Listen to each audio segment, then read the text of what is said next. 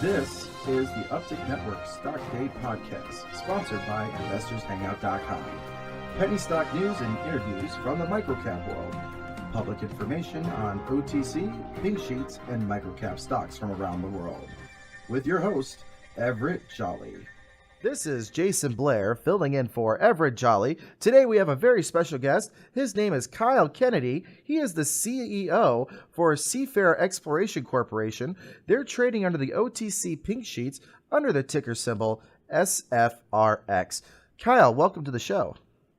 Oh, Jasyn, you know what? It's an honor to be here. I appreciate you guys having me. Excellent. Well, you're definitely in an interesting company and a different kind of space we're normally used to working with. First off, tell us a little bit about Seafarer Exploration and tell us a little bit about yourself. Well, Jasyn, I was born and raised in Little Rock, Arkansas, in a house down a dirt road that my brothers and my parents built by hand. So I grew up in rural Arkansas, to say the least. I attended the University of Nebraska and the University of Arkansas at Little Rock. And I got into the brokerage business about 35 years ago. I built 2 broker-dealers from scratch and sold both of them. And basically what I wanted to do, Jasyn, was simply make people money. And you learn that when you're in the brokerage business. And, you know, I wanted to do something that was wholesome, something that was good for people, just something positive. And when I came across this opportunity in the i.e. treasure business, it was something I felt that I could do and that I could make money for people with this opportunity and hopefully make them a lot of money. Seafarer Exploration is a salvage and research type company. And the work that we do predominantly, we look at first research on old Spanish galleons. These old Spanish galleons back in the 1500s, a lot of the ships would sail from Spain at the instructions of the king.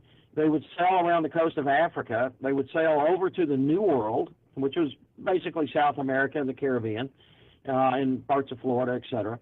But they would sail into that area, and they would load up with gold and silver. They found the Aztecs, the Mayas, the Incas, all had gold, lots of it, and silver. And so they quickly raided that and took it home. They then turned the Indians into miners and had them mine silver, which they would come down and pick up loads of silver and take those home. So eventually they got 2 fleets a year sailing down and picking up treasure. And they did that through the 1500s, the 1600s, and the 1700s. But one thing that happened to these ships is as they would sail home, they would sail from Havana, Cuba, which is where they'd load up with food and fix their sails, etc. And then they would sail up the coast of Florida and then out across the Atlantic back home. But as they would sail up the coast of Florida, storms and hurricanes would hit them and sink their ships. And so what we're attempting to do is go after those ships and recover those ships because they carried immense amounts of treasure. And then there's tremendous historical value that goes with them as well. Absolutely. That's incredible and fascinating. So let me ask you this. What have you guys, found as far as so far, in these salvages? Well, we have found we've got a couple of different wreck sites going. One is in Juno Beach and one of them is in Melbourne. And the one in Juno Beach, we have found all kinds of things from Ming Dynasty China and this was found by a group that was working the site previous to us. But nonetheless, very interesting finds. We found nails that are sometimes 4.5 feet long, which gives us a good indication of the size of the ship. Wow. We found pottery that suggests, whether it was Spanish in nature and et cetera. We also found pottery that helps date the ship. We found a huge anchor that weighs tons. And that helps give us another indication of the size of the ship. We found multiple cannonballs, a lot of lead sheeting. And the lead sheeting is pretty neat in its own, Jasyn, because these ships, as they would sail, they're made out of wood and iron. Mm-hmm. And woodworms, Torino worms, would eat through the hull of these ships. So to stop the ships from leaking, they would put tar in the hole from the worm, and they would patch it with tar and a piece of lead sheeting, which was very thin lead, and they would nail it over the hole so that the tar wouldn't be washed out. And as these ships drug bottom, that lead sheeting would scrape off, and it would leave a bit of a cookie crumb trail. So, depending on the wreck, we have found some very interesting artifacts to this point in time. And we've never worked on the wreck itself. We've only worked near the wrecks. Now we're finally getting the opportunity to work on the wrecks. Yes, and that actually brings me to my next question here.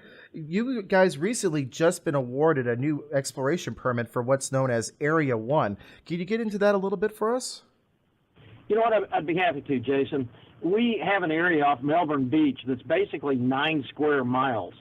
And in the past, about 15 years ago, they found 3 silver platters, and they found a pistol, and then they found several other things. They found some coins. They found a variety of things that suggested to them that there was perhaps a wreck there. And it turns out that it looks like they were correct. And we've been able to get a permit within that area, but because it's 9 square miles, the state of Florida prefers to issue 3 square miles at a time. Okay. So we divided it into 3 pieces, and the first piece being the lower, most southern piece, and then the middle piece, number 2, and then the upper piece, number 3. And the first permit we got a couple years ago was to Area 2. And what we discovered as we worked Area 2 was that it appeared to us that the ship drug through Area 2 and actually came to rest in Area 1. And in Area 1, we have what's called a cesium vapor magnetometer survey. And in that survey, it shows a concentration of hits in about a 1,600-foot diameter type area. And we believe currently that that's where that ship came to rest. And now we finally got the permit, which we've been working on for the last 2 years. And fortunately, we've got a new state director in, a Dr. Tim Parsons. And he's been very helpful with us in his guidance and helping us get this permit. And we're finally able right now to go down and actually start to investigate that particular wreck. And tomorrow will actually be our first day to do that. Oh, wow. Incredible. Well, we got you at the perfect time then to kind of send you off on your guys' new exploration of Area 1. You did. The timing for you guys is perfect on this. Very good. My guest today is Kyle Kennedy. He is the CEO for Seafarer Exploration Corporation. They're trading under the OTC pink sheets under the ticker symbol SFRX. Kyle, just to kind of switch gears here, when you guys, salvage some of these treasures, where do they go, or what's the process of these? Jason, that's a good question because different people do different things. The majority of all the, i.e. treasure hunters, and I really hate to be classified that way, but the majority of the treasure hunters, they all take the treasure and sell it. They sell it at auctions. They sell it at pawn shops. They sell it everywhere. We don't do that. We keep the treasure as a collection, and we can use that collection and profit from it from different angles, from media rights to expos to all types of things. But it becomes an asset of the company, and our asset value grows, and that helps our stock price, which is at record lows right now.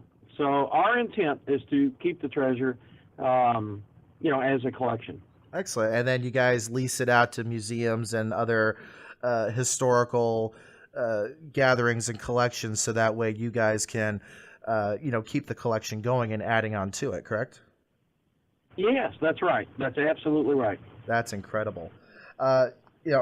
Taking a look here as well, what can you tell our listeners about your stock price? I know you guys are trading just under 0.4 of a cent, but give us a little bit of your future, projections. Yeah, before I go into the future, it's sort of good to know the past, from the standpoint that our stock price when we started about 8 years ago was around 16 cents. Everybody was excited, thinking we were going to find treasure and we're going to be several dollars a share, like what Odyssey Marine did. They went from 6 cents to $6.56 on their first find.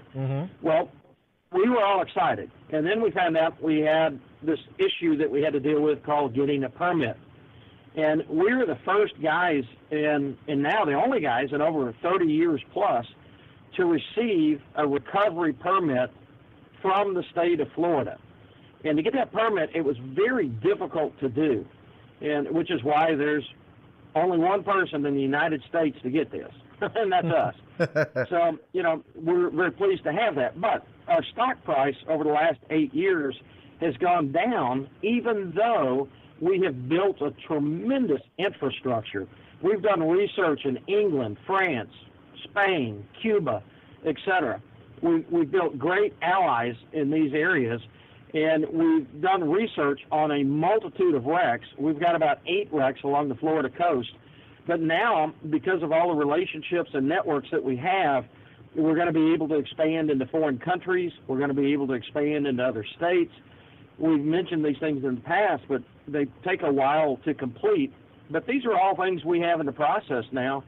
And our stock being at record lows right now with the best infrastructure and the best upside we've ever had, I think our risk-reward is tremendous right now. Fact is, I think it's one of the best risk-reward scenarios that exist in the stock market, period.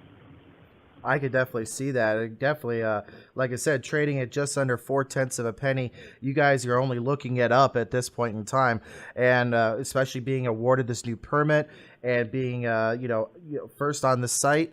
Like I said, it's looking, all aces here for Seafarer Exploration. Jason, it is. We're very fortunate to have this particular market niche. It doesn't take a rocket scientist to do it, okay? But to handle the archaeological side of it is actually a very sensitive thing, very time-consuming, and very expensive. And so the archaeology of it is very significant in protecting it and doing the conservation of the wreck materials as we find them, and besides just the treasure. The treasure is exciting, but there's a tremendous amount that goes along with it. And our company's very well positioned now that we've been through this for the last 8 years. This is the best space we have ever been in, period. Exceptional and so fascinating to just reading up on your company, just knowing what you guys are doing is absolutely just incredible. Our guest today has been Kyle Kennedy. He is the CEO for Seafarer Exploration Corp. They trade under the OTC pink sheets under the ticker symbol SFRX. Kyle, it's been an absolute pleasure to have you on the show. Very interesting topic. You definitely brought a lot of presence to this episode, and I just wanted to thank you for coming on. We hope to check back with you in a couple months and see how the salvage is going on your new Area 1 site.